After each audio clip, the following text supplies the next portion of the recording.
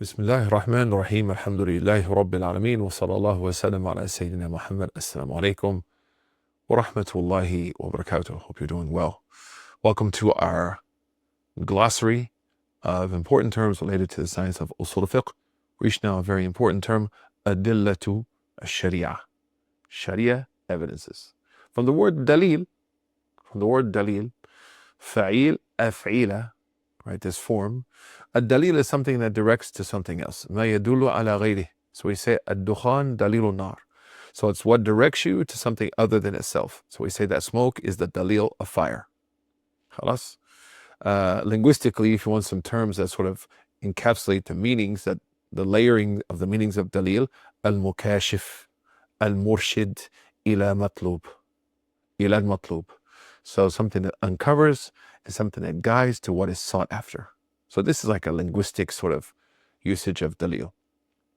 In Sharia, usul fiqh, scholars define it as ما يمكن, what is possible, بالصحيح, ما يمكن التوصل, what is possible to reach with it, توصل به بصحيح النظر فيه, which it's possible that if someone were to look at it and think on it and ponder on it, it could be used as a vehicle to arrive to what?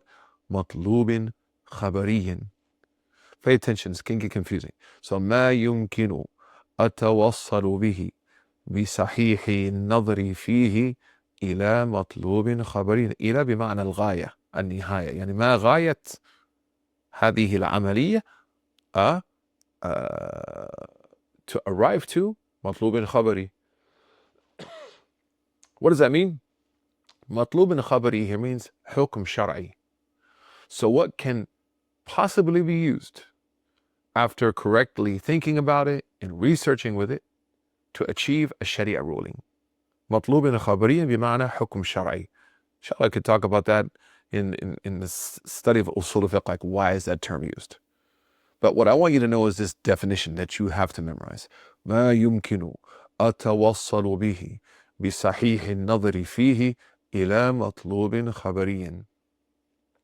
Imam al-Shatibi in Al-Muwaffaqat, he gives a very similar definition, which is nice and sort of gives you a different way of looking at this kind of highly structuralized definition I just gave you. A lot of legalese happening there. He says, ما يستفاد منه, that which you benefit from it, حكم شرعي عملي, what can, if it's employed, its benefit is that it brings about a Sharia ruling related to actions. إما, whether, من دليل قطعي, أو, he says, على سبيل القطع, أو على سبيل الظن. In الموفقات, he says that ما يستفاد منه حكم شرعي عملي سواء من سبيل القطع أو سبيل الظن. That what can be used to arrive to a Sharia ruling related to action, whether the evidence, and here two types of evidences we need to remember, قطعي ثبوت وظني الدلالة. One is definitive. لا اجتهاد بوجود نص. هذا famous axiom. We'll talk about nas in the future, but just understand a definitive text. Number two is one which scholars have to engage to work intellectually to try to understand what's being communicated by the dalil. And that's very important because sometimes you see people arguing online, they're missing the point. They might actually agree on the same dalil, but they differ over dalalat al-dalil, over what it is proving, what it means, what does it signify? Is that thing wajib? Is it sunnah? Is it makruh? Is it mubah? Is it haram? They agree on the dalil. They differ on the dalala of the dalil. That's going to happen when we say something is dhanni, that we agree in its origin as a viable, admissible Sharia evidence. We differ over what it signifies. It's dalala. We say that there are, after that, like two types of dalil. Those that are agreed upon by the ulama, and those that are not agreed upon. Those that are agreed upon by the ulama, we know are four. Al-Baydawi says in Minhaj, وَالْأَدِلَّةُ مُتَّفَقُ عَلَيْهَا بَيْنَ الْأَئِمَّةِ الْكِتَابُ السُّنَّةِ وَالْإِجْمَاعُ وَالْقِيَاسِ. Quran, Sunnah, Ijma', Qiyas. Quran, we know. Sunnah, we know. Ijma', the consensus, we already talked about it. Al-Qiyas, analogy. Then we need to add to this that there are also two kind of types of umbrellas that are going to be above the evidences, how we see the evidences in two ways. Number one is called al-adillatun naqliyah. Those evidences which are text-based. The origin is the text. قال Allah, قال رسول الله صلى الله عليه وسلم. So it means in Quran, in Sunnah, and the evidences are there. Number two, al-adillatul aqliyah. Al-adillatul aqliyah, those evidences which are involving the mind, cognition, research, and thought. So we have two types of evidences. Al-adillatu al-naqliyah, naqal, to transmit. Al-adillatu al-aqliyah, related to thinking. We have to be very careful here, though. People get this confused. This is not related to the origin of these evidences. Scholars agree.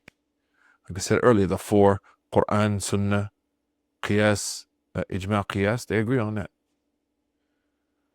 But Qiyas, when it's employed, its main point of reference is the inference of a scholar.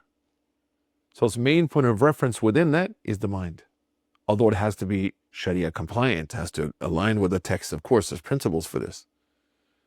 Same thing can be said of Ijma'. But Al-Quran was Sunnah, the source is the Quran and Sunnah itself.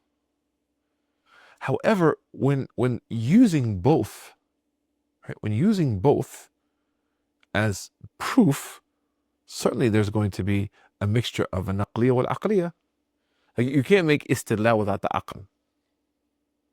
You can't make istidlal of the aql. Let me clarify this.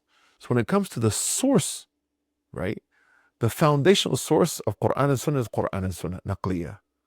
The foundational source, the beginning point of qiyas is the mind.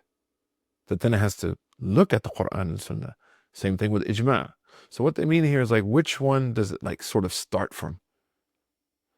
When using both for evidence, whether Quran and Sunnah, or qiyas, or ijma', or istihsan, istishab, masalih mursala, al-muttaq, al-muqayyad, istihsan, istishab, whatever, of course there's going to be both. It has to be Sharia compliancy from a textual perspective, and then the mind is there. You can't say قال الله قال رسول الله صلى الله عليه وسلم without using your mind as, say, a faqih or mujtahid. So when you say an-naqliyah wal-aqliyah, it means their original sort of default point of release. Okay? When we're talking about istidlal with them, though, using them as evidences, that means we're using the Sharia text as well as our minds for both. لا أحد يستدل بكتاب الله سبحانه وتعالى بدون عقل. Nobody can use the Quran as an evidence without saying they're not using their mind. Just as no one can say they're making qiyas without there being an asl. There has to be an asl for qiyas. So it's not just, I'm thinking, this is how I feel, this is what I think. No. There has to be a text from Quran, there has to be a text from Sunnah in order for qiyas to work. So be very careful about this. So alhamdulillah, we talked about al-adillah to sharia. We gave the definition, al-matlub, al-mukashif, al-murshid, al-kashifa. And we talked about its linguistic definition, that. We talked about its scientific definition, ما يمكن التواصل به بصحيح النظر فيه إلى مطلوب خبرين أي حكم شرعي. Talked about the definition of الشاطبي ما يستفاد منه حكم شرعي عملي سواء أكان من سبيل القطع أو من سبيل الظن. And then we talked about the different types, agreed upon, differed over. We talked about the idea of it being aqli or naqli and what that meant in its initial sort of launching point, right? Qiyas starts with the mind of a person. But then they have to marry that with the sacred. Quran and Sunnah, I might find a text here or there, but I have to use my mind in order to make istidlal. So istidlal involves both aqliya and naqliya. The origin, where it starts from, right? That's different. That's why we said earlier, you remember I said Al-Baydawi says about ijtihad, al-dhannu fi tariqihi wal-hukmu maqtu'un bih. So ask Allah subhanahu wa ta'ala yuwaffaqna wa iyyakum. That last point is very important, so pay attention to it. Wa sallallahu wa sallam ala Sayyidina Muhammad. Assalamu alaikum wa rahmatullahi wa barakatuh.